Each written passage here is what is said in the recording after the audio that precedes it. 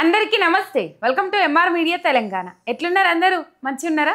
నేనైతే మంచిగా ఉన్నానులా. రైట్, ఇయ్యాలటి ముచ్చట్లు పొద్దుగాలటి నుంచి ఇప్పుడు నేను వార్తలు చదివేయాల దాకా ఏమేమి వార్తలు వచ్చినాయి, ఏం కథ అనేది ఒకసారి మనం చూసుకుందాం. రైట్, పహల్గామా దాడులు ఏవైతే జమ్మూ కాశ్మీర్లో పహల్గామా దాడులు చూసినాము, ఆ దాడుల నేపథ్యంలో భారత్ పాకిస్తాన్ మీద ఒక సంచలనమైన నిర్ణయం తీసుకున్నది. ఏంటంటే ఆ సంచలనమైన నిర్ణయం ఏంటంటే ఆ దేశంతో దౌత్య సంబంధాలు ఏవైతే ఉన్నాయో ఆ సంబంధాలను తెంచుకుంటున్నట్లు ప్రకటించింది భారత్. పాక్ పౌరులు పర్యాటకులు 48 గంటల లోపట ఎవ్వరు లేకుండా వాళ్ళ దేశానికి పోవాలి. అటారీ చెక్ పోస్ట్ను వెంటనే నిలిపివేస్తున్నట్లు స్పష్టం. పాక్ హై కమిషనర్ సైతం ఇండియా విడిచి వెళ్ళిపోవాలని ఆదేశాలు జారీ. ప్రత్యేక వీసాలను కూడా నిలిపివేస్తున్నట్లు స్పష్టం. పాక్ పౌరులను భారత్లోకి అనుమతించేది లేదని తేల్చి చెప్పి సింధు జలాల ఒప్పందాన్ని నిలిపివేస్తున్నట్టు ప్రకటన అని చెప్పేసి ఇక్కడ చూస్తూ ఉన్నాం. మొత్తం మీద నిన్న 26 మంది చావుకు కారణమైండ్రు.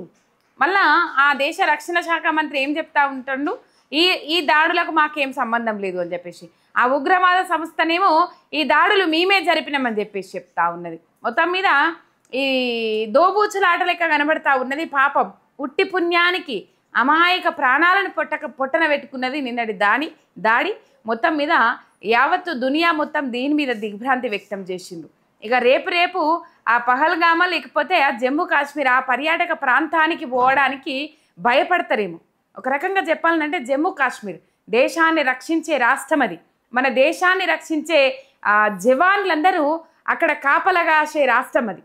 మొత్తం మీద జమ్మూ కాశ్మీర్కు పోవడానికి కూడా రేపు భయపడే సిచ్యువేషన్స్ వస్తాయేమో అని చెప్పేసి, ఎందుకంటే వాళ్ళు బతికి బయటపడ్డోళ్ళందరూ గో దట్ సైడ్ రైట్, బతికి బయటపడ్డోళ్ళందరూ దాదాపు పాపం వాళ్ళు ఆవేదన వ్యక్తం చేసి ఘోరమైన పరిస్థితులు తప్పించుకొని ఎవరైతే ప్రాణాలతోని బయటపడ్డారో ఆ ప్రాణాలతోని బయటపడ్డోళ్ళందరూ ఒక భయం.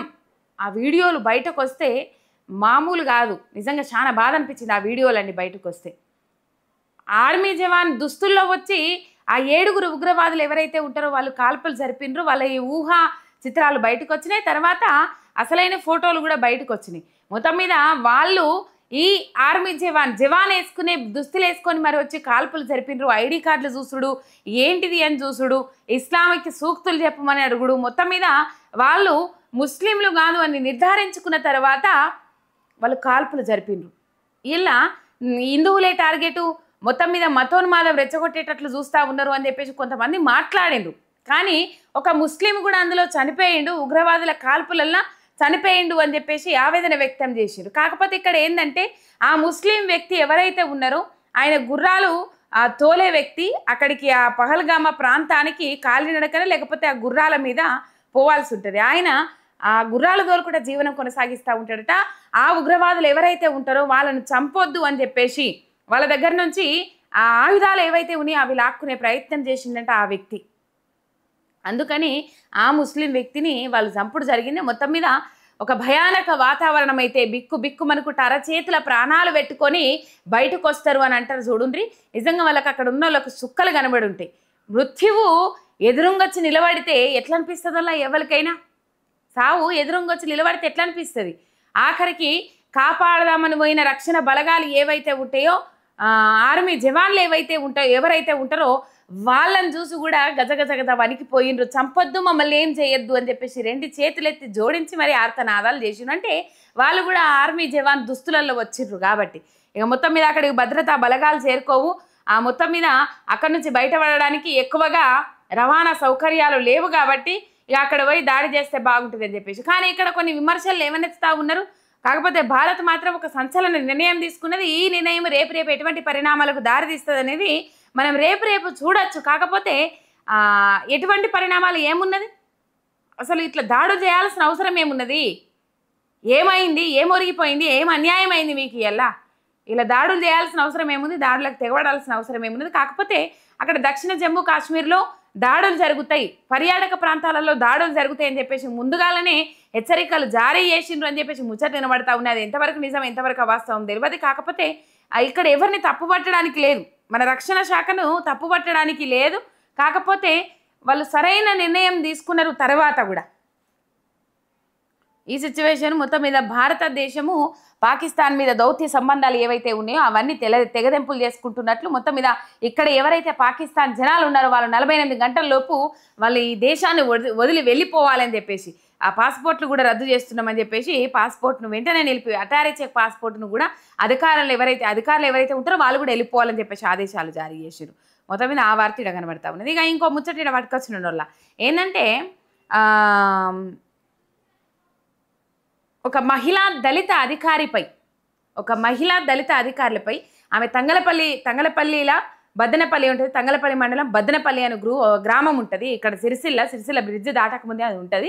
మొత్తం మీద ఆ గ్రామంలో ఆమె ఒక అధికారిగా బాధ్యతలు నిర్వహిస్తూ ఉన్నది. ఏం అధికారిగా బాధ్యతలు నిర్వహిస్తూ ఉన్నది అంటే ఇక చూసుకుంటారు కదా అవి ఇవి అని చెప్పేసి మహిళా దళిత అధికారిపై కాంగ్రెస్ నాయకుల బెదిరింపులు తట్టుకోలేక ఉత్తరం రాసి అదృశ్యమైన పంచాయతీ కార్యదర్శిగా విధులు నిర్వహిస్తూ ఉన్నది ఆ దళిత మహిళా అధికారి. అయితే ఇక్కడ కాంగ్రెస్ బుడ్డ చోటా మోటా లీడర్లు ఉంటారు కదా, వాళ్ళు ఏం చేస్తారంటే కాంగ్రెస్ కార్యకర్తలకే ఇల్లుండ్రి, కాంగ్రెస్ కార్యకర్తలకే పథకాలు అందేటట్టు చూడుండ్రి, కాంగ్రెస్ కార్యకర్తలకే అన్ని రావాలి, కాంగ్రెస్ కార్యకర్తలకు ఇవ్వకపోతే మీ కథ ఏందో చూస్తామని చెప్పేసి బెదిరిస్తారు కదా. ఇక అట్లాంటి అరాచకాలు అట్లాంటి బెదిరింపులకు ఎన్నిగానో పాల్పడ్డరట, అట్లాంటి బెదిరింపులు ఎన్నో చేసుకుంటూ పోయినరట. అట్లాంటి బెదిరింపులు చేసిన పక్షంలో ఆమె భయపడి ఏం చేసిందంటే ఆమె రిజైన్ లెటరు వాళ్ళకు పంపించి సంబంధిత అధికారికి పంపించి ఆమె ఫోన్ స్విచ్ ఆఫ్ చేసి మొత్తం మీద అదృశ్యమైపోయిందట ఆ మహిళ. మా బిడ్డను వేధించొద్దు, మా బిడ్డను బాధ పెట్టద్దు, ఆమె బాధ్యత ఆమె నిర్వర్తిస్తుంది. పంచాయతీ కార్యదర్శిగా ఆమె ఏ విధులు నిర్వహించాలనో గా విధులు నిర్వహిస్తుంది. ఎందుకు ఇబ్బంది పెడతా ఉన్నారు, ఎందుకు గోస ఉచ్చుకుంటా ఉన్నారు, ఎందుకు అరిగోస ఉచ్చుకుంటా ఉన్నారు అని చెప్పేసి వాళ్ళ తండ్రి మా బిడ్డను ఇబ్బంది పెట్టద్దని చెప్పేసి 2 చేతులు ఎత్తి మొక్కినా కూడా జోడించి ప్రార్థించినా కూడా పాపం వాళ్ళ దాంట్లో కనికరం లేదట ఆ కాంగ్రెస్ నాయకులల్లా. గింత అద్వానమా గింత అడివా మరి ఇంకేంది. అప్పుడు కాంగ్రెస్ కార్యకర్తలను ఊళ్ళలోకి తోలి అందరూ మాకు ఓట్లేయండి అని చెప్పేసి జనాలను ఎందుకు దింపిండ్రు, జనాల దగ్గరికి ఎందుకు దింపిండ్రు? కానీ మా కాంగ్రెస్ కార్యకర్తలే ఓట్లెత్తి అయిపోతుంది, మా కాంగ్రెస్ కార్యకర్తలకే సంక్షేమ పథకాలు ఇస్తాం, మా కాంగ్రెస్ కార్యకర్తల నుంచి వచ్చే ఆదాయం మాత్రమే తీసుకుంటాం, మా కాంగ్రెస్ కార్యకర్తలు చేసే సేవలు మాత్రమే పొందుతాం, తెలంగాణ ప్రజల సేవలు ఎసంటివి మాకు అవసరం లేదు అని చెప్పని ఉంటుంది ఆనాడే. ఇలా కాంగ్రెస్ కార్యకర్తలకే ఇది ఇస్తాం, కాంగ్రెస్ కార్యకర్తలకే అది ఇస్తాం, కాంగ్రెస్ కార్యకర్తలకే అన్ని ఇస్తాం, కాంగ్రెస్ కార్యకర్తలకే పథకాలు ఇస్తాం. గతంలో ఒక ఎమ్మెల్యే కూడా చెప్పిండు, మనం చూసినాం. ఈ గ్రామ సభలు ఏవైతే పెట్టిరో గ్రామ సభల నేపథ్యంలో ఆ ఎమ్మెల్యే కూడా మాట్లాడిండు. ఏం మాట్లాడిండు? కాంగ్రెస్ కార్యకర్తలకే వస్తాయి అన్నీ, కాంగ్రెస్ కార్యకర్తలు ఎవరైతే ఉన్నారో వాళ్ళకి ఇచ్చుకుంటా పోతే అయిపోతుంది, గ్రామ సభలు ఎందుకు ఖర్చెందుకు అని చెప్పేసి మాట్లాడిండు ఆయన. ఇలా గ్రామ సభల తర్వాత ఈ పంచాయతీ కార్యదర్శిగా నిధులు నిర్వర్తిస్తున్న ఒక దళిత మహిళ మీద వీళ్ళు బెదిరింపులకు పాల్పడ్డారు. కాంగ్రెస్ కార్యకర్తలకే ఇండ్లు ఇవ్వాలి, చెప్పిన మాట వినకపోతే ఊరుకొమ్మని బెదిరింపులు, తమ కూతురిని వేధించవద్దని వేడుకున్నా కర్ణించలేదని తండ్రి ఆవేదన. రాష్ట్ర వ్యాప్తంగా పంచాయతీ కార్యదర్శులను బెదిరిస్తున్న కాంగ్రెస్ నాయకులు. ఇంకేమున్నది వాళ్ళకి వచ్చేది? పనాశ అయ్యే సాత కాదు, ఇచ్చిన 6 గ్యారెంటీలు అమలు చేయ సాత కాదు. వాళ్ళకు ఉన్నది ఒకటే, ప్రశ్నించే గొంతుకలను బెదిరియాలి, లేకపోతే ప్రశ్నించే గొంతుకల మీద ఎక్కడనో మూలకు పోయి లేకపోతే పెద్ద జాగాలల్లా ఇక్కడి నుంచి అక్కడికి అక్కడి నుంచి ఇక్కడికి తిరుగుటానికి 6, 7, 8, 9 గంటలు జర్నీ పట్టే జాగాలల్లా కేసులు పెట్టాలి, వాళ్ళని అక్కడ ఇబ్బందికరమైన పరిస్థితులకు గురి చేయాలి. ఇక్కడుంటే అక్కడ ఎక్కడనో పిఎస్లో కేసు నమోదు చేపియాలి, వాళ్ళు ఇబ్బందికరమైన పరిస్థితులు ఎదుర్కోవాలి. మళ్ళీ ఇటువంటి అంశాల మీద మాట్లాడడానికి నోరు రావద్దు వాళ్ళకు. బెదిరించుకొని బతుకుడు తప్ప ఇంకేమున్నది? మీద మీటారం లోన లోటారం అన్నట్లు మీదికి టీప్ టాప్ కనబడంగానే అయిపోయినా బెదిరించుకొని బతుకుతా ఎప్పటికి బెదిరించుకొని బతుకుతారా? ప్రజలు అన్నట్టు బెదిరించే రోజు ఒకటి వస్తుంది, అది మీకు తెలుసా? మీకు యాది ఉన్నదా? ప్రజలను మీరు అయ్యా బాంచని కాళ్ళు మొక్కుతాము మా కోట్లు వేయమని చెప్పేసి బతిలాడిండ్రు కదా. అప్పుడు బతిలాడడానికి పోయినప్పుడు మళ్ళీ ఎన్నికలు వస్తే బతిలాడడానికి పోయినప్పుడు మళ్ళీ ప్రజలు బెదిరిస్తే మీరు ఏడుంటారు? మొత్తం మీద ఆమె పంచాయతీ కార్యదర్శికి లేక అది పంచాయతీ కార్యదర్శిగా బాధ్యతలు నిర్వహిస్తూ ఉన్నది. వేములవాడ అటు సైడ్ ఎక్కడ ఉంటారట వాళ్ళు. మొత్తం ఇది తంగలపల్లి మండలము బద్దనపల్లిలో విధులు నిర్వహిస్తూ ఉంటుంది. అక్కడ బద్దనపల్లిలో ఉన్నోళ్ళు ఎవరైతే ఉంటారో ఆ పంచాయతీ కార్యదర్శి అయిన దళిత మహిళా అధికారిని తీవ్రంగా ఇబ్బందులకు గురి చేసుడట. మేము చెప్తినవా, ఇంత ధైర్యం నీకు, మేము చెప్పింది తినకపోతే మంచిగుండదని చెప్పేసి బెదిరింపులట. ఆ వేధింపులు తాళలేక ఆమె రిజైన్ లెటర్ పంపించేసి మళ్ళీ పోలీసులు కూడా ఆ లేఖ బయటకు రాకుండా గుట్టుసప్పుడుగా వ్యవహరించిరట. ఆ లేఖ బయటకు రాకుండా మొత్తం మీద ఇది ఉన్నది.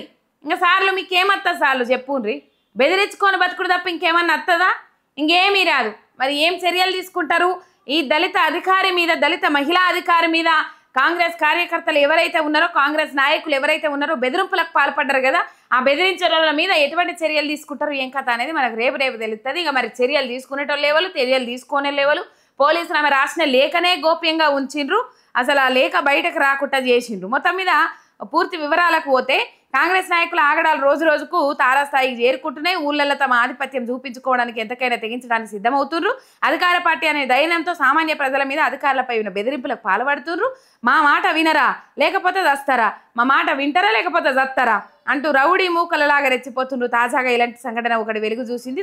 సిరిసిల్ల జిల్లా తంగళ్లపల్లి మండలము బద్దెనపల్లి పంచాయతీ కార్యదర్శి ప్రియాంక సోమవారం నుంచి కనిపించడం లేదని కుటుంబ సభ్యులు సిరిసిల్ల డీఎస్పీకి మంగళవారం ఫిర్యాదు చేసిండ్రు. అయితే ఆమె వెళ్లే ముందు ఒక ఉత్తరాన్ని రాసి వెళ్ళినట్లుగా పోలీసులు గుర్తించారు.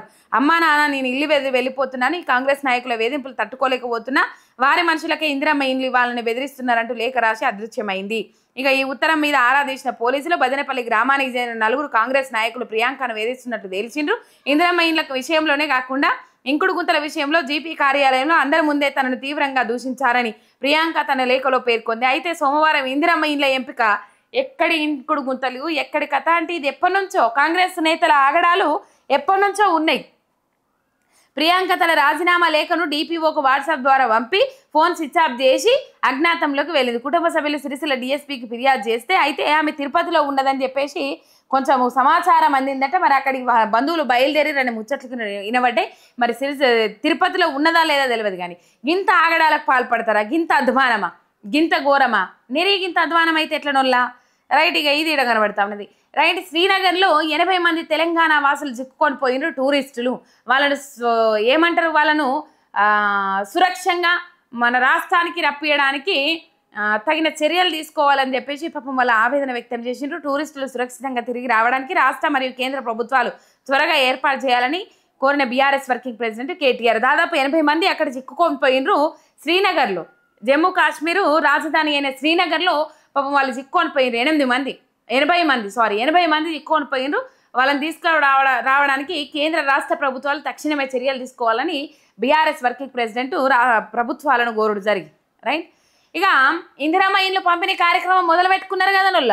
ఆ ఇందిరమ్మ ఇండ్ల పంపిణీ కార్యక్రమం ఏడు దాకా వచ్చిందో ఏం కథనో మన అందరికీ ఎరుకున్న ముచ్చట్నే. ఇక ఎట్లెరక ఏం కథ అంటే 71,000 మంది అప్లికేషన్లు పెడితే 40,000 మందిని ఎంపిక చేసి 40,000 మందికి పారాలు ఇచ్చి అలా 31,000 మంది ముగ్గు పోతే 1,250 మంది బేస్మెంట్ దాకా లేపితే ఆ బేస్మెంట్ దాకా లేపిన వాళ్ళకు ₹1,00,000 ఇచ్చుకుంటా పోయినట. ఇక కట్టిన ఇండ్లు ఏవైతే ఉంటాయో ఆ కట్టిన ఇండ్లు ఊరికి 4 మరి ఇక ఊరు ఏడగట్టిరు ఏం కథ? గప్పుడు కేసీఆర్ హయాంలో కట్టిన ఇండ్లే కానీ ఊరుకు 4 వంచుకుంటా పోయినరట. ఇక గట్ల ఎట్లా ఊరుకు 4 ఎట్లు ఇస్తారని చెప్పేసి ఆ మిగతా ఊరోళ్ళందరూ ధర్నాకు దిగిరు, బయటకు దిగినరు. మీరు అర్హులైన పేదలందరికీ 4-3 వంచుకుంటా పోతామంటే గలవదు, కుదరది. మీరు అర్హులైన పేదలందరికీ డబుల్ బెడ్రూమ్ ఇండ్లు, ఇందిరమ్మ ఇండ్లు పంచేదాకా ఊకునే ప్రసక్తే లేదని చెప్పేసి తిరుగుబాటు జెండా ఎగిరేసిండ్రు, తిరుగుబాటు లేవనెత్తిండ్రు గ్రామస్తుల ప్రజలు చాలా జాగలల్లా. ఊరు మొత్తానికి 4 ఇందిరమ్మ ఇండ్లు, అర్హత ఉన్న ప్రతి ఒక్కరికి ఇందిరమ్మ ఇండ్లు కేటాయించాలని గ్రామస్తుల ధర్నా. భద్రాద్రి కొత్తగూడెం జిల్లా అశ్వరావుపేట మండలము రామన్నగూడెంలో అర్హత ఉన్న ప్రతి ఒక్కరికి ఇందిరమ్మ ఇండ్లు కేటాయించాలంటూ గ్రామస్తులు ధర్నా. రామన్నగూడెం గ్రామ పంచాయతీకి 4 ఇండ్లు మాత్రమే కేటాయించడంతో అసంతృప్తి. అర్హులైన వాళ్ళందరికీ ఇల్లు కేటాయించే వరకు పోరాడతామని గ్రామస్తుల ప్రకటన. రామన్నగూడెం గ్రామ పంచాయతీకి ఇచ్చిన 4 ఇళ్లను కూడా రద్దు చేయాలని కూడా ఇందిరమ్మ కమిటీ గ్రామస్తులు కలిసి తీర్మానం చేసిండట. మొత్తం మీద ఇందిరమ్మ కమిటీ అయిన గ్రామస్తులు కలిసి తీర్మానం చేసిరు. ఆ ఇచ్చిన 4 ఇండ్లు ఏవైతే ఉన్నాయో అవి కూడా మీరే ఉంచుకోకపోండి, మాకేం అవసరం లేదని చెప్పేసి. ఇదే ఖమ్మం జిల్లాకు సంబంధించి పొంగిలేటి శ్రీనివాసరెడ్డి మీద కూడా తిరుగుబాటు లేవనెత్తిండ్రు. ఆ మధ్యకాలంలో మనం చూసినాం. గిరిజన మహిళలు తిరుగుబాటు లేవనెత్తిండ్రు. వాళ్ళ పేర్లు వచ్చిన తర్వాత కూడా వాళ్ళ పేర్లు తీసేసి కాంగ్రెస్ కార్యకర్తలకు ఇండ్లు ఇచ్చుకున్నారు పొంగిలేటి శ్రీనివాసరెడ్డి అని చెప్పేసి. గిరిజన మహిళలు తిరుగుబాటు లేవనెత్తిరు. గోబ్యాక్ అని చెప్పేసి తరిమి కొట్టినంత పని చేసిరు. గల్లా బట్టి నిలబెట్టి బజార్లో నిలబెట్టినంత పని చేసిరు. మొత్తం మీద అట్లనే కొనసాగుతా ఉన్నాయి. ఆ 4 ఇండ్లు మంజూరు చేసినట్టు. ఆ 4 ఇండ్లు ఎందుకోవా? ఆ 4 ఇండ్లు కూడా ఇవ్వకపోతే అయిపోతుండే కదా. నేను చెప్పే కదా 1,250 మందికి ₹1,00,000 ఇచ్చుకుంటూ పోతారు. వాళ్ళకు కూడా ఇస్తారు, లేకపోతే లేదు. ఇక గీ కథనే ఉన్నది మొత్తం మీద. ఆ ఇచ్చిన 4 ఇండ్లు ఏవైతే ఉన్నాయో ఆ 4 ఇండ్లు కూడా రద్దు చేయండి అని చెప్పేసి గ్రామ సభ్యులు అండ్ ఆ ఇందిరమ్మ కమిటీ సభ్యులు తీర్మానం చేసుకున్నారు. మొత్తం మీద అర్హులైన పేదలందరికీ 4 ఇండ్లు 3 ఇండ్లను మంచుకుంటా పోత నిలవది రామన్నగూడెం గ్రామ పంచాయతీకి 4 ఇండ్లు మాత్రమే కేటాయించుడుతో అసంతృప్తి వ్యక్తం చేసిండ్రు. అందరికి ఇండ్లు ఇచ్చేదాకా మేము పోరాటం ఆపము, మా పోరాటం ఆగేదే లేదని చెప్పేసి వాళ్ళు తిరుగుబాటు లేవనెత్తిండ్రు. ఇది రాష్ట్ర వ్యాప్తంగా ఇదే కథ. 3 లక్షల ఇండ్లు ఇస్తాం, 4 లక్షల ఇండ్లు ఇస్తాం, సంవత్సరానికి ఇండ్లు ఇస్తాం, సంవత్సరానికి అన్ని ఇండ్లు ఇస్తాం, అన్ని లక్షల ఇండ్లు ఇస్తాం అని చెప్పేసి ఆకాశ హార్మ్యాలు కట్టిండ్రు. ప్యాన్ల మీద చెట్ల మీద జనాలను కూసోబెట్టిండ్రు, ఆశలు పెట్టిండ్రు, మభ్య పెట్టిండ్రు అని చెప్పుకోవాలి మనం ఈడ. మొత్తం మీద ఎన్నో విధాలుగా ఆశలు చూపెట్టిండ్రు, ఎన్నో విధాలుగా మభ్య పెట్టిండ్రు. రైట్. ఇక కర్ణాటక సీఎం సిద్ధరామయ్యను ఏమంటారు డిప్యూటీ సీఎం డీకే శివకుమార్ను సంపేస్తామని చెప్పేసి బెదిరింపులు వచ్చినాయి. మరి ఏందో ఏం కథనో తెలియదు కానీ సింధర్ రాజ్పుత్ పేరుతో బెదిరింపు మెయిల్స్ వచ్చినట్లు గుర్తించిన విధాన సౌధ స్టేషన్ పోలీసులు అని చెప్పేసి ఈడ వార్త చూస్తా ఉన్నాం. కానీ సరే ఇది ఇట్లుంటే ఒక హృదయ విదారక ఘటన చూడొచ్చల్లా మనం. పాపం నిన్న ఏదైతే పహల్గామా దాడిలో ఆమె ఆవేదన వ్యక్తం చేసింది మనం చూసినాము. ఈ 16 తారీఖుని వాళ్ళు పెళ్లి చేసుకొని పోయినరు. ఆయన లెఫ్టినెంట్ మొత్తం మీద ముష్కరుల మూకల కాల్పులల్లా పాపం ఆయన జీవిడిచిండు. ఆ లెఫ్టినెంట్ వినయ్ నర్వాల్కు చివరి వీడుకోలు వరికింది భార్య హిమాన్షి. 6 రోజుల కింద ఏప్రిల్ 16న పెళ్లి చేసుకొని హనీమూన్ కోసం పహల్గామ్ వచ్చిన వినయ్ నర్వాల్ జంట అని చెప్పేసి చాలా బాధ. ఈ సంఘటన చూసిన తర్వాత 26 మంది అందరి ప్రాణాలి. ఈ సంఘటన చూసిన తర్వాత చాలా బాధాకరమైన పరిస్థితులు ఏర్పడ్డాయి. అందరూ ఆవేదన వ్యక్తం చేసిండ్రు, అందరూ పాపం చాలా బాధపడ్డరులా. ఈ అంశం గురించి ఎంత అంటే గుండె తరక్కపోతా ఉన్నది. మొత్తం మీద ఆమె చివరగా నివాళులర్పించిండ్రు భార్య, చివరి వీడ్కోలు పలికిండ్రు భార్య హిమాన్షి అని చెప్పేసి ఈడ వార్త చూస్తూ ఉన్నాం. రైట్. ఇక ఇంకొక వార్త, ఖమ్మం జిల్లాల 2 వర్గాలుగా చీడిపోయింది. ఇంకో వర్గం కూడా ఉంటుంది, ఇంకో వర్గం కాదు, ఇంకా 4 వర్గాలైన వెళుతాయి. ఖమ్మం జిల్లాల 3 మంత్రులు ఉంటారు. పొంగులేటి శ్రీనివాసరెడ్డి, బట్టి విక్రమార్క, తుమ్మల నాగేశ్వరరావు. ఇంకో వర్గం రేణుకా చౌదరి టీం అంటారు. ఇక ఇట్లా అన్ని చెప్తారు. కానీ అయితే ఇక్కడ వాళ్ళు స్టేజీల మీద పాలు నీళ్ళ లెక్క కలిసిపోయినట్లు కనబడ్డా కూడా ఎవరికి వాళ్ళు కత్తులు నూరుతా ఉన్నారట, ఎవరికి వాళ్ళు అడ్జేస్తా ఉన్నారట.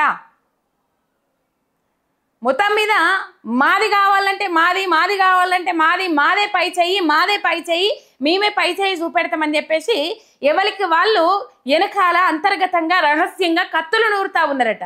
ఎవరి పై చెయ్యి ఎక్కువగా ఉంటే, ఎవరు ఎవరి బలం ఎక్కువగా చూపించుకుంటే, ఎవరి ఆధిపత్యం ఎక్కువగా చూపించుకుంటే వాళ్ళ బలం ఎక్కువ పెరుగుతుందని చెప్పేసి వాళ్ళు అనుకుంటా ఉన్నారట. పొంగిలేటి శ్రీనివాసరెడ్డి, బట్టి విక్రమార్క. రైట్. మొత్తం మీద ఒక దేవాలయాలకు సంబంధించి ఒక పాలక మండలి ఉంటుంది. ఆ పాలక మండలిలో 13 మంది సభ్యులు ఉంటారు. ఆ 13 మంది సభ్యులను తన వర్గం వారే ఉండాలని చెప్పేసి బట్టి విక్రమార్క ఏం చేసిండ్రంటే 13 మందిని నియమించిండ్రు. అయిపోయింది. నియమించిన తర్వాత 13 మందిని నియమించి జీవో 66 ఏమో ఉన్నది, ఆర్టీ 66 ఏమో ఉన్నది, దాన్ని విడుదల చేసిండ్రు. విడుదల చేసిన తర్వాత పొంగిలేటి శ్రీనివాసరెడ్డి వర్గం ఏదైతే ఉంటుందో ఆ వర్గం ముచ్చట ఈ బట్టి విక్రమార్క ఈ 13 మందిని నియమించినట్లు ఆ వర్గం చెవులో పడ్డది. పొంగిలేటి శ్రీనివాసరెడ్డి వర్గం చెవులో పడంగానే వాళ్ళు కుట్టారా, వాళ్ళు పోయి పొంగిలేటి శ్రీనివాసరెడ్డికి చెప్పారు. ఇక చెప్పంగానే పొంగిలేటి శ్రీనివాసరెడ్డి ఆర్టీ 112ను వాళ్ళు 13 మందిని నియమించి ఆర్టీ 112 అని చెప్పేసి వాళ్ళు దాన్ని తీసుకొని వచ్చిండ్రు. దాన్ని తీసుకొని రాగానే ఇరు వర్గాల మధ్య ఘర్షణ వాతావరణం ఏర్పడ్డది. ఈ ఘర్షణ వాతావరణం ఏర్పడిన నేపథ్యంలో మొత్తం మీద అక్కడ ఒక తోపులాట జరిగింది, ఒక ఘర్షణ వాతావరణం ఏర్పడ్డది. బట్టి వర్సెస్ పొంగిలేటి శ్రీనివాసరెడ్డి అనే వాతావరణం ఏర్పడ్డది. ఈ వాతావరణంలో అటు ఇటు తోపులాట జరిగిన నేపథ్యంలో పోలీసులు వాళ్ళని నివారించే క్రమంలో ఇద్దరు యువకులు ఆత్మహత్య యత్నానికి పాల్పడ్డారు. ఒంటి మీద కిరోసిన్ పోసుకున్నారట, ఇంకా సంథింగ్ ఏమో పోసుకున్నారట. ఏంటంటే ఈ పొంగిలేటి శ్రీనివాసరెడ్డి ఎవరైతే ఉన్నారో ఇప్పుడు పైచేయి పొంగిలేటి శ్రీనివాసరెడ్డి దేడా మజాక్ ఏంటంటే పైచేయి పొంగిలేటి శ్రీనివాసరెడ్డి తన బలం చూపెట్టుకున్నాడు. తన బలం ఎట్లా చూపెట్టుకున్నాడంటే ఈ బట్టి విక్రమార్క నియమించిన వాళ్ళకంటే ముందుగానే బట్టి విక్రమార్క నియమించిండ్రు. తర్వాత ఈ పొంగిలేటి శ్రీనివాసరెడ్డి నియమించిన దాంట్లోనే 13 మంది ప్రమాణ స్వీకారం చేసిండ్రు. అయిపోయింది. ఇక తన బలం చూపెట్టుకున్నాడు, తన ఆధిపత్యం చూపెట్టుకున్నాడు పొంగిలేటి శ్రీనివాసరెడ్డి అక్కడ. కానీ ఇక్కడ పొంగిలేటి శ్రీనివాసరెడ్డి నియమించిన దాంట్లో ఎవరెవరు ఉన్నారట అంటే అంటే ఈ ఈ పాలక మండలి దేవాలయాలకు సంబంధించి పాలక మండలి ఎట్లా నియమిస్తారంటే ఎక్కువ భక్తి శ్రద్ధలతో పనిచేసేటోళ్ళు, దేవాలయాల సంక్షేమం కోసం పనిచేసేటోళ్ళు, దేవాలయాలను కాపాడడం కోసం పనిచేసేటోళ్ళు ఉంటారు ఈ పాలక మండలిలా. కానీ పొంగులేటి శ్రీనివాసరెడ్డి మాత్రం కాంట్రాక్టర్లు వాళ్ళకి సంబంధించిన వాళ్ళని మాత్రమే నియమించుకున్నారట. ఈ కథ ఉన్నది మొత్తం మీద. ఖమ్మం నియోజకవర్గంలో ఖమ్మం జిల్లాలో పొంగులేటి శ్రీనివాసరెడ్డి అండ్ బట్టి అన్నట్లు వర్గం ఏర్పడ్డది, వర్సెస్ అన్నట్లు ఏర్పడ్డది. అంతర్గత విభేదాలు care of address Congress party అని చెప్పినప్పటికి కూడా ఇట్లాంటి రోజు రోజుకు ఒకటి బయట పడతానే ఉంటాయి. మొత్తం మీద వాళ్ళు ఒకే వేదికల మీద పాలు నీళ్ళ లెక్క కలిసిపోయినప్పటికి కూడా ఇవాళ నేనెక్కువ అని చెప్పేసి ఆధిపత్య ధోరణిలో వాళ్ళు ముంగడికి పోతున్నట్టు కనబడతా ఉన్నది. ఇగో ఈ పాలక మండలి దేవాలయాలకు సంబంధించి పాలక మండలే ఒక నిదర్శనం దానికి సంబంధించి. మొత్తం మీద ఈ అంశం ఇక్కడ కనబడతా ఉన్నది.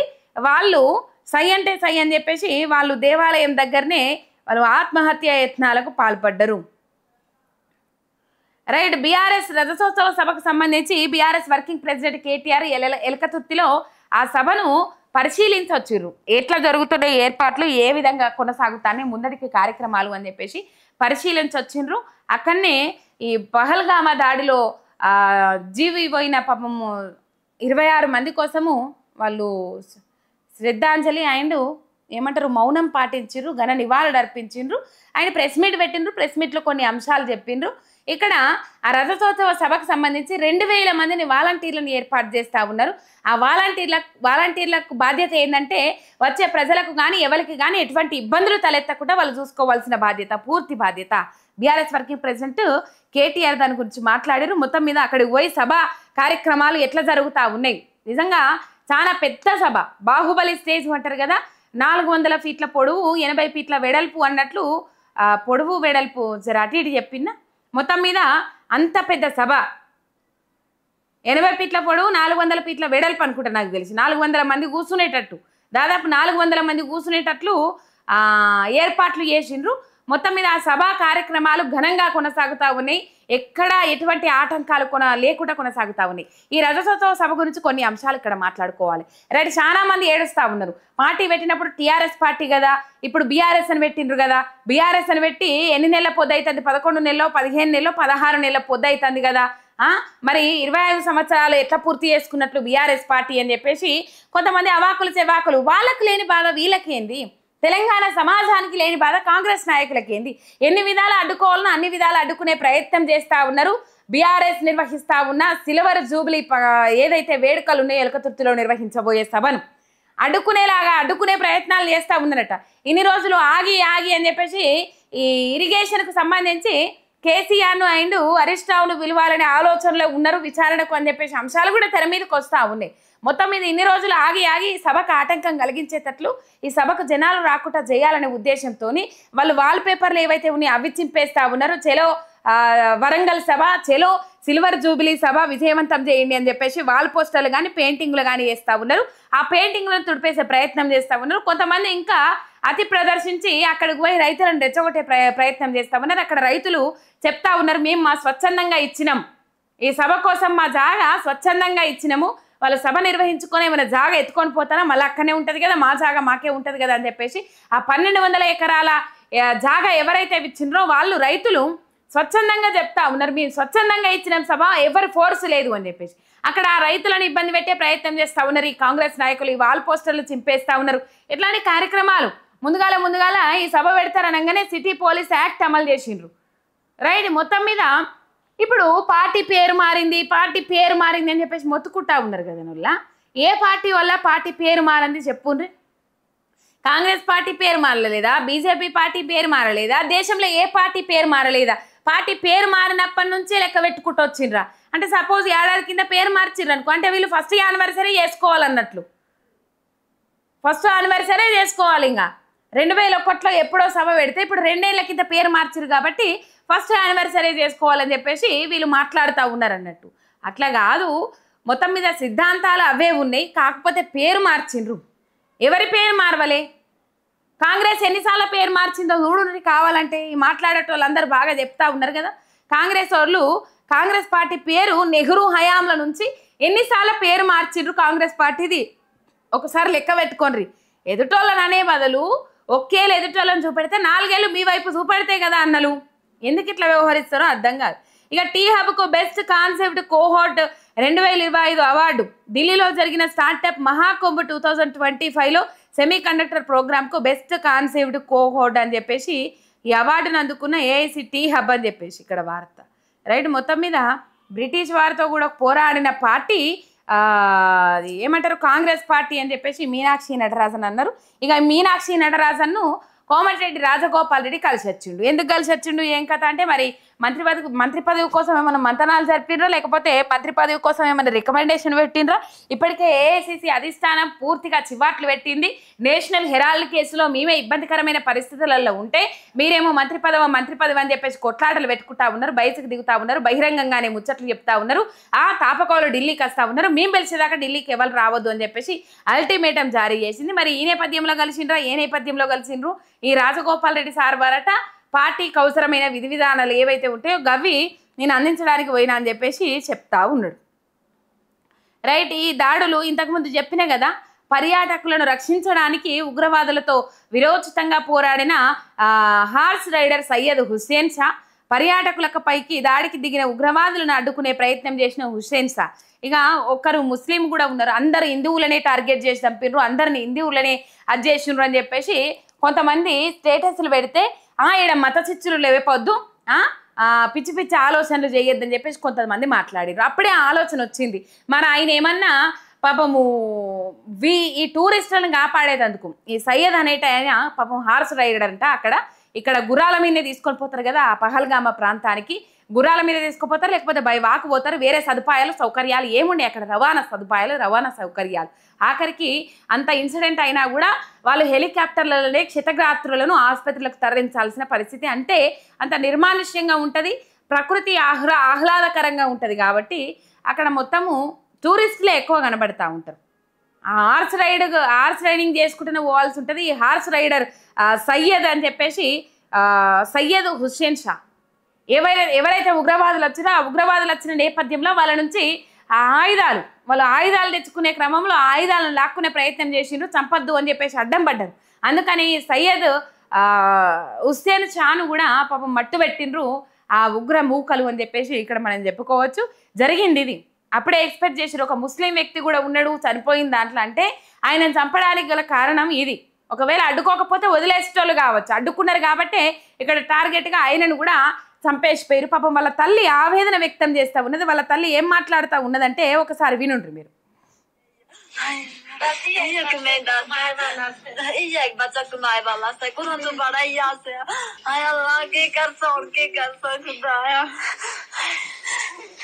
घर में और कोई नहीं है कमाने वाला? ना ना ना, ये कमाने वाला। ये वहाँ पे घोड़ा चलाता था? हाँ, घोड़ा चलाता था। ఆమె ఏమంటుంది, ఆ తల్లి ఆవేదన దాదాపు ఒక్క తల్లి ఆవేదననే కాదు, దాదాపు 26 మంది కుటుంబాల తల్లుల ఆవేదన.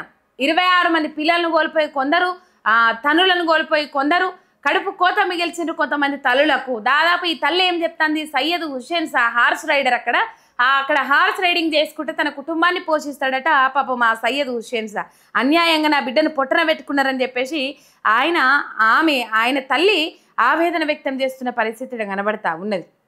రైట్, ఇక హైడ్రా లోగోను మార్చిర్రు. ఇక పహల్గామ్ ఉగ్రదాడిలో బాధిత కుటుంబాలకు ఆర్థిక సాయం ప్రకటించింది జమ్మూ కాశ్మీర్ ప్రభుత్వం. ఒక్కో కుటుంబానికి 10 లక్షలు, తీవ్రంగా గాయపడిన వారికి 2 లక్షల రూపాయల ఎక్స్గ్రేషియా ప్రకటించింది. ఇక పాపము 2 తెలుగు వాళ్ళు చనిపోయిండ్రు, చాలా బాధ అనిపించింది. మొత్తం మీద ఇక ఇంకో వార్త చూడాలి. నిద్రపోతున్న కొడుకును రోకలు బడితో కొట్టి చంపిన తండ్రి తన భార్యతో తండ్రి అసభ్యంగా ప్రవర్తించొద్దని చెప్పినందుకే కక్షతోని, అంటే వాళ్ళ భార్యతోని, అంటే మామ అవుతాడు, మామ కోడలతోనే అసభ్యంగా ప్రవర్తిస్తే అట్లా ప్రవర్తించదు డాడీ అని చెప్పినందుకు కక్ష పెంచుకొని ఆరు బయట నిద్రిస్తున్న కొడుకు మీద రోకల బండితో దాడి చేసిండ. మరి వాడెంత దుర్మార్గుడు, వాడెంత కర్కశత్వం మనసు గల్లోడో, వాడెంత పిచ్చి చేస్తాడో, పిచ్చి పనులు చేస్తాడో అర్థం కాదు. ఇట్లాంటివి పెరిగిపోతూ ఉన్నాయి.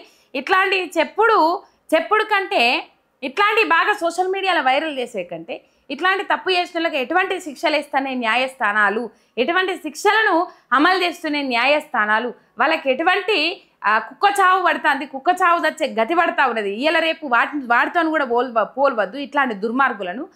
అవి కూడా బయటకు చెప్తే జరనత్తన్న భయం ఉంటుంది అనేది నా ఒపీనియన్, నా అభిప్రాయం. మొత్తం మీద కాశ్మీర్లో ఉగ్రదాన్ని నిరసిస్తూ హైదరాబాద్లో బీజేపీ నాయకుల నిరసనలో పాల్గొన్న కేంద్ర మంత్రి కిషన్ రెడ్డి, ఎంపీలు ఈటల రాజేందర్, కొండా విశ్వేశ్వరరెడ్డి, కె లక్ష్మణ్ మరియు ఇతర నాయకులు అని చెప్పేసి. ఈ దాడి జరుగుతున్న సమయంలో మన మోడీ గారు ఇక్కడ లేరు. ఎక్కడున్నారు? సౌదీ అరేబియా టూర్లు ఉన్నారు ప్రధానమంత్రి నరేంద్ర మోడీ. మరి ఎప్పుడొస్తారు ఏం కథ తెలియదు.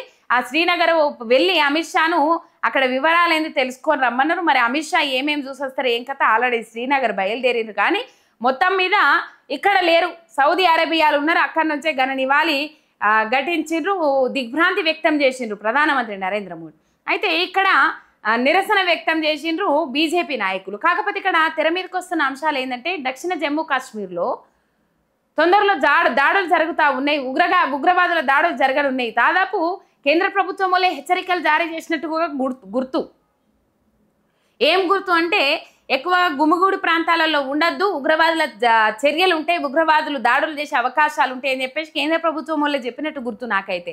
మరి ఎందుకు హెచ్చరికలు ఉన్నాయా లేవా? ఉన్నాయని అంటారు, చాలా మంది విమర్శలు వెల్లవెత్తుతా ఉన్నారు. మరి విమర్శలను ఒకసారి పరిగణలోకి తీసుకున్నట్లయితే నిజంగానే వాళ్ళు ఆయుధాలు ఏవైతే ఉన్నాయో వాళ్ళ ఆయుధాలు తెచ్చుకునేటప్పుడు ఎట్లా ఈజీగా లోపలికి రాగలిగినరు, ఎట్లా అడ్జేసిండ్రు అనేది ఇక్కడ ప్రశ్నలు ఏవనెత్తుతా ఉన్నది. మొత్తం మీద మరి వాళ్ళు దొంగకు 12 తొవ్వలు ఏ విధంగా వచ్చిర్రు, ఎట్లా కళ్ళు కప్పచ్చిర్రు, భారత సైనికుల కళ్ళు కప్పి ఎట్లా వచ్చిర్రో తెలియదు. కానీ మొత్తం మీద ముందుగానే హెచ్చరికలు ఉన్నాయని అంటారు విమర్శలు. ఇది చాలా సెంటిమెంట్ అంశం కాబట్టి పాపం చాలా బాధనుల్లా ఈ అంశం గురించి మాట్లాడాలంటే నిజంగా చాలా అంటే చాలా బాధ అనిపిస్తూ ఉన్నది. వీళ్ళు ధర్నాలు చేసిండ్రు ఇక రైట్, ఇవి ఈడ కనబడతా ఉన్నాయి. ఇక కొన్ని అంశాలు ఒక జాగాలు వచ్చినాయి, అవి ఏమేమి ఉన్నాయో చూద్దాం. రైట్, ఇక అగోరి ముచ్చడం మళ్ళీ మొదలైంది. అగోరికి 14 రోజుల రిమాండ్ విధించిండ్రు, చేవేళ్ల కోర్టుకు తరలించిండ్రు, అక్కడ రిమాండ్ విధించిండ్రు. మొత్తం మీద 10 లక్షలు తీసుకొని పూజలు చేస్తామని చెప్పేసి పూజల పేరుతో మోసం చేసిండ్రు అని చెప్పేసి మోకిలా పిఎస్లో అగోరి మీద మొన్నటిదాకా నడిచే కదా తతంగం, అగోరి వర్షిని పెళ్ళి, అగోరి వర్షిని లగ్గం అని చెప్పేసి ఆయనత కేసు పెట్టిరు కదా. ఆ కేసు నేపథ్యంలో యూపీలో అరెస్ట్ చేసుకొని వచ్చిర్రు పోలీసులు. కోర్టులో ప్రవేశపెడితే 14 రోజుల రిమాండ్ విధించిర్రు. మరి వర్షిని ఎక్కడ ఉందంటే ఏం చెప్తలేడు. వర్షిని తల్లి ఒకటే బాధపడుతుంది, రమ్మనుండ్రి అని చెప్పేసి. రైట్, ఇక ఇక్కడ ఈ వార్తలు చూస్తూ ఉన్నాము. ఈ పరిస్థితి ఇవ్వోన్లో ఇయ్యాలకైతే హైలైట్ అయిన వార్తలు. మొత్తం మీద రేపటి అంశాలతో మళ్ళీ కలుసుకుందాం. అంతవరకు మీరు చూస్తూనే ఉండుండ్రి మీ ఎంఆర్ మీడియా తెలంగాణ. ఇక జర ఆగమాగం అయిపోయింది కదా, ఇక్కడ ఒకటి లగ్గం అవుతుండే, ఆ లగ్గం సప్పుడు ఇక మనది సెటప్ కొంచెం అదంతా అది కాలేదు కదా, మీకు అర్థమవుతుంది. ఆ లగ్గం సప్పుడు బ్యాండు బాజా డిడ్డిం టిపికం ఇప్పుడు లగ్గాల సీజన్ కాబట్టి ఎక్కువ కొద్దిగా సౌండ్ వచ్చిందేమో, డిస్టర్బెన్స్ అయిందేమో. డిస్టర్బెన్స్ అయితే సారీ. జర లైక్ చేయండి, షేర్ కొట్టుండ్రి, ఎంఆర్ మీడియా తెలంగాణ ఛానల్ని సబ్స్క్రైబ్ చేసుకోండి. శనార్.